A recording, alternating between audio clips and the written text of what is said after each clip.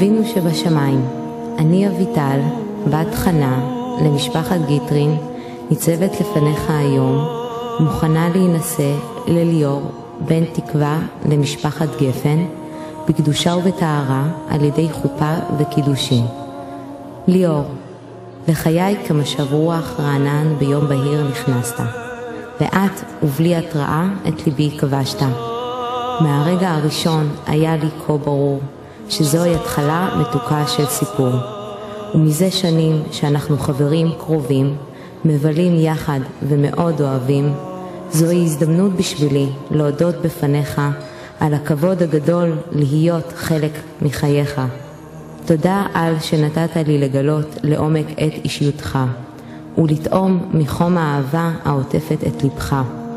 אתה הגבר של חיי, איתך רוצה לבלות את שארית ימיי, להיות כאן לצדך בטוב וברע, רוצה לעשות אותך מאושר בכל יום ולהגשים ביחד כל חלום.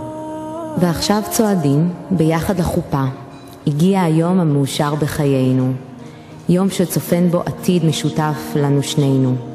הגענו אליו כל אחד בנפרד, ויוצאים ממנו יחדיו משפחה אחת.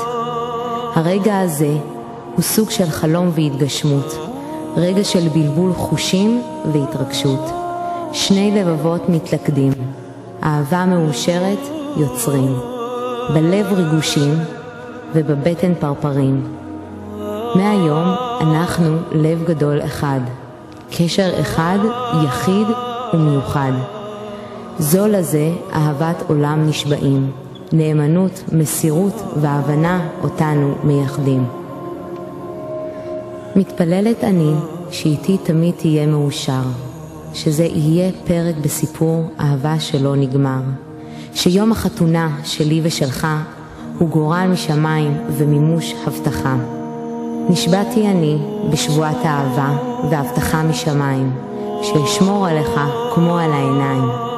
תמיד תהיה אהבת חיי, והלוואי שנאהב זה את זו עד בלי די.